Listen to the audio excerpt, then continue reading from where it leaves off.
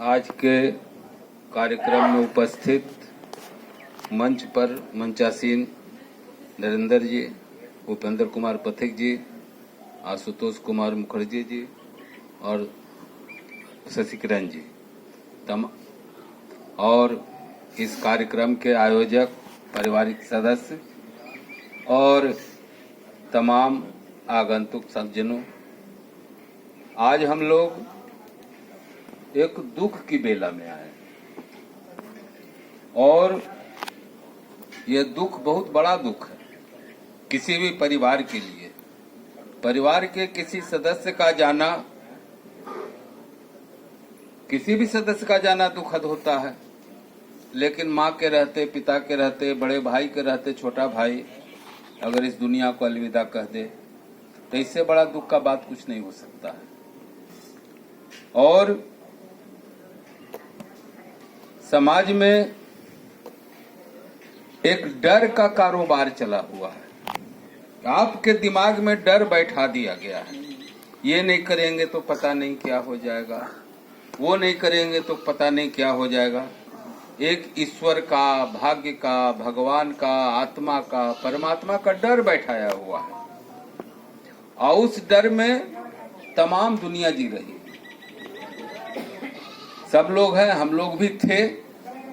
हम लोग उस डर से बाहर निकल आए, क्योंकि किसी चीज को मानिए तब जब उसको जानिए। कोई कुछ कह दिया तो उसको हम मान लें, ऐसी बात नहीं है। उसको अपने बुद्धि, विवेक और तर्क की कसौटी पर कसिए कि क्या ये करना सही है। एक भाग्यवाद का जड़ है। आप दुखी क्यों हैं? तो आप अपने भाग्य से। आप सुखी कब होंगे?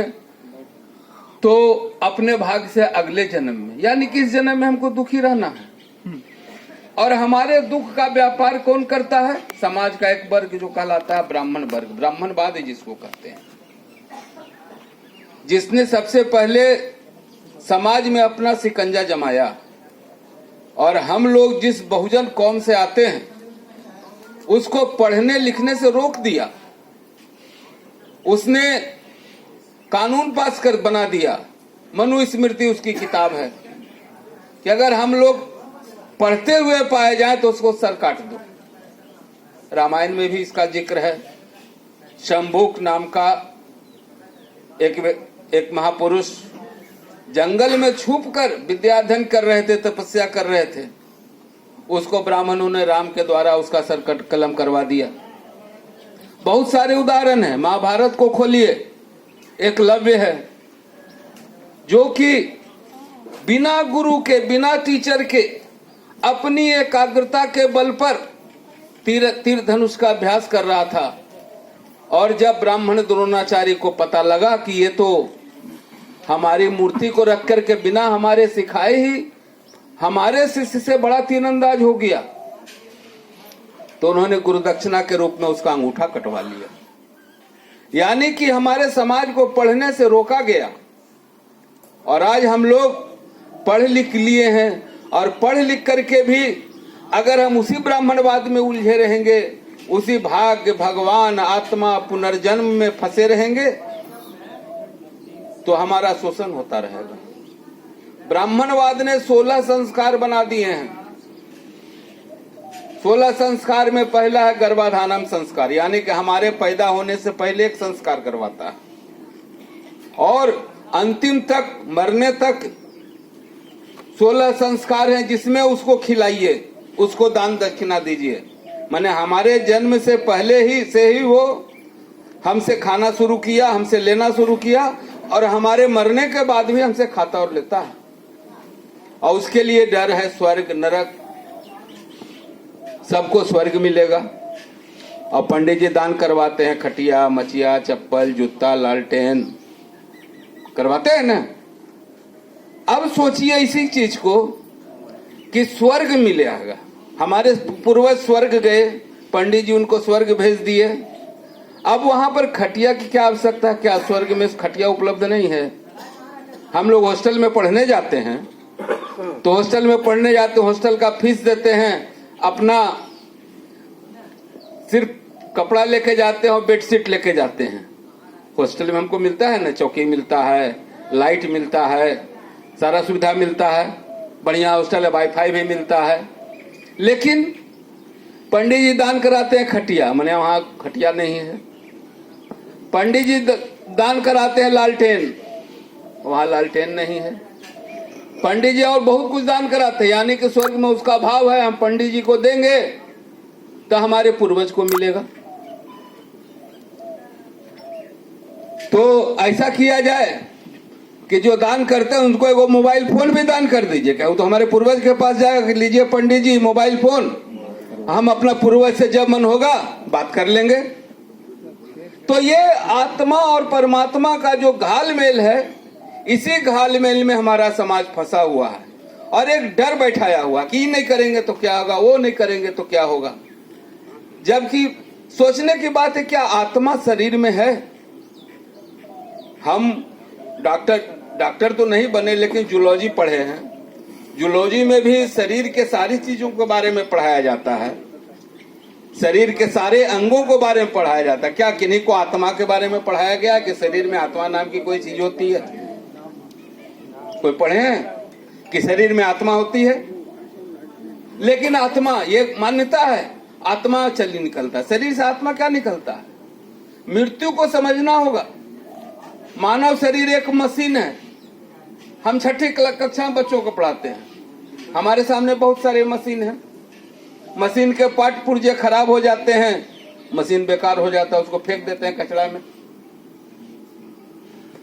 जो भी मशीन है, टीवी है, टीवी चल रहा है, चलते चलते अचानक टीवी बंद हो गया, मिस्त्री के पास ले जाते हैं, टीवी चालू हो जाता है। हमारा शरीर है, चलते चलते हम बेहोश होकर गिर गए, डॉक्टर के पास जाते इलाज हो जाता है। लेकिन उस टीवी का एक समय ऐसा आता है 25 वर्ष 30 वर्ष के बाद कि मिस्त्री कहेगा कि टीविया नहीं काम करते, खटाटा दे, दूसर ले ला। शरीर की भी एक अवस्था आती है कि हमारे शरीर के जितने भी अंग हैं, जो भी पार्ट्स हैं, वो अंग हमारे शरीर के धीरे धीरे एकदम बेकार हो जाते हैं, काम करने में सक्षम नहीं हो पाते हैं। तो ऐसी स्थिति में सारे अंग निष्क्रिय हो जाते हैं और शरीर शांत हो जाता है। यही मृत्यु है। मरने के बाद शरीर से कुछ नहीं निकलता, आत्मा नाम की चीज नहीं होती है, और न मरने के बाद कोई जन्म होता है। अगर मरने के बाद कोई जन्म होता तो इसका उदाहरण होना चाहिए था। ऐसा उदाहरण कहीं मिलता है अगल बगल टोला पड़ोस में कि किसी का पुनर्जन्म हुआ है? पुनर्जन्म आपको कहाँ देखने को मिलेगा? तो सिनेमा में, या फिर मनोहर कहानियां में, सच्ची कहानियां में, कि एक बच्चा है जो 4 साल से कोई गांव का जिक्र करने लगा, उस गांव में गया। आपने नहीं देखा है, वो अप्रमाणिक कहानियों की किताबें हैं, उसमें पुनर्जन्म को दिखलाया गया है, बस दिखा दिया जाए और उसको मान लेते हैं सच। हम सच माने नहीं, सच को जाने। अर्जक संघ का पहला मूल लाइन है, जानो तब मानो। वहां लिखा हुआ है किसी चीज को जानिए, जानने के बाद ही आप उसको मान सकते हैं, और जब जानेंगे तो समझ में आ जाएगा कि ये कुछ नहीं है। जब कुछ है ही नहीं तो फिर ये आडंबर करने की क्या आवश्यकता है?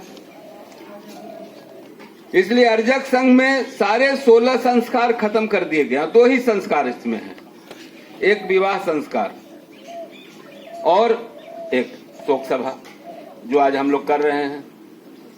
ब्राह्मणवादी व्यवस्था में बहुत सारा चोंचला है, बहुत सारा ढोंग है, और उस ढोंग के बाद हमारा पैसा, हमारा कमाया हुआ धन, हमारी संपत्ति धीरे धीरे करके ब्राह्मणों के पास जाती है। समाज का एक वर्ग वो है जो कि अनर्जक है, लूट के खाने वाला है, ठग के खाने वाला है, और हम लोग कमाते हैं और अपनी कमाई उसको गंवाते हैं।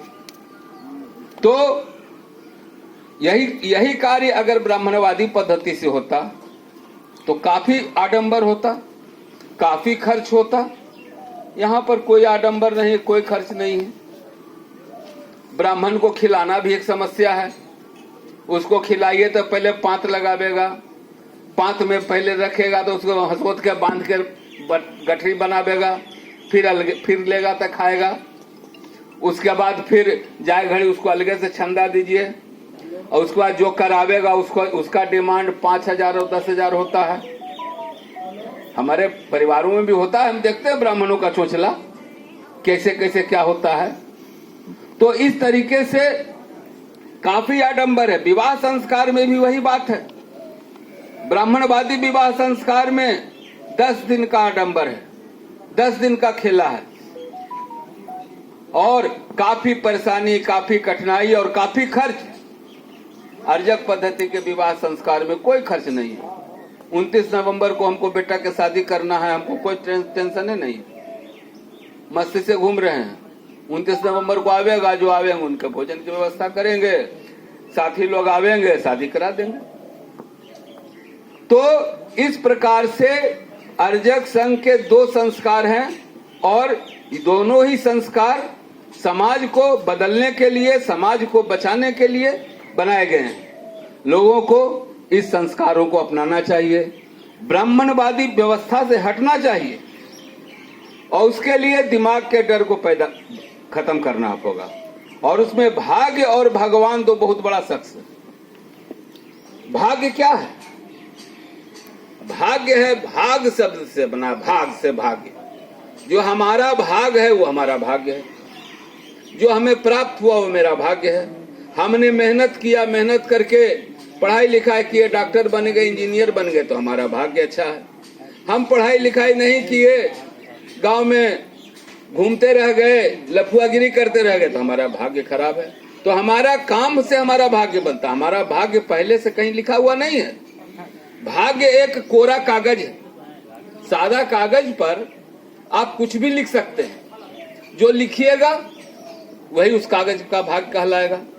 तो उसी प्रकार से हमारे जीवन में भाग्य है। हमारा भाग्य कोई ज्योतिष नहीं बदल सकता, कोई ब्राह्मण नहीं बदल सकता, कोई ग्रह गोचर उसको ठीक नहीं कर सकता है। हमारा भाग्य हमारा कर्म तय करता है। हम जैसा कर्म करेंगे वैसा होगा। हम जितनी पढ़ाई किए उसके अनुसार हम मास्टर बनिए, हमारा भाग्य बना। अगर हम और अच्छी पढ़ाई करते तो डॉक्टर इंजीनियर बनते, नहीं करे तो मेरा भाग्य यही रहा। तो आदमी को अपने कर्म को सोचना होगा, अपने कर्म पर ध्यान देना होगा और अपने कर्म को मजबूत करना होगा। और सबसे इसके लिए जरूरी है शिक्षा। पढ़ना जरूरी है जीवन के लिए भी और दिमाग के विकास के लिए भी। बड़े बड़े महापुरुषों की किताबें हैं, ज्योतिबा फुले हैं, रामस्वरूप वर्मा है और भी बहुत सारे महापुरुष। उनकी किताबों को पढ़ने से पता चलेगा, और नहीं तो गौर से उन ब्राह्मणवादी पुस्तकों को ही पढ़ लीजिए। क्या लिखा हुआ है? रामायण सबके घर में होता है, उसको पढ़ लीजिए। उसमें लिखा हुआ है रामायण में, जे बरनाधम तेली कुम्हारा सोपच की रात कोल कलवारा नारी मुई भय संपत्ति नासी मूड़ मुड़ाए भय सन्यासी। बरनाधम का मतलब क्या? उसके शब्द को पकड़िए। रामायण जप लिए, जय श्री राम कर लिए, लेकिन इस लाइन का अर्थ समझिए। बरनाधम माने वर्णों में अधम, अधम माने नीच होता है। यानी कि हम लोग बहुजनों को नीच कह दिया गया है। और जो किताब हमको नीच बताता हो उसको हम क्या करेंगे? उस किताब को हम जला नहीं देंगे। उसमें महिलाओं को गालियां दी गई हैं। जितने भी किताब है उसमें बहुजनों को और महिलाओं को गालियां दी गई है, पढ़ने के अधिकार से वंचित किया गया है। तो हमको इस बात को समझना होगा। इसलिए अंत में हम कहना चाहेंगे कि भाग्य, भगवान, ईश्वर, माया जाल, इन सब से मुक्ति पाइए। अर्जक संघ को मजबूत कीजिए, अर्जक संघ से जुड़िए, अर्जक संघ की सदस्यता को अपनाइए, अर्जक विचारधारा को अपनाइए और समाज में परिवर्तन की राह में आगे बढ़िए। जैसे क्या नाम है, सुबोध बाबू का सराहनीय कार्य है, क्रांतिकारी कार्य है कि अपने दिमाग के सारे डर को निकाल करके उन्होंने यह कार्यक्रम आयोजित किया और यह कार्यक्रम समाज में एक मिसाल बनेगा। हो सकता है इनके कार्यक्रम से प्रभावित होकर के इस गांव में और ऐसे कार्यक्रम हो। इसलिए हम आप सबसे आग्रह करेंगे कि अर्जक बनिए। नालंदा जिला में अर्जक संघ का संगठन हो चुका है और अर्जक संघ के सदस्य बनिए और कार्यक्रम को आगे बढ़ाइए, इस मिशन को आगे बढ़ाइए। इन्हीं सब बातों के साथ और यश काई प्रमोद जी के साथ, प्रभात जी के साथ अपनी संवेदना को व्यक्त करते हुए हम अपनी बात को समाप्त करते हैं।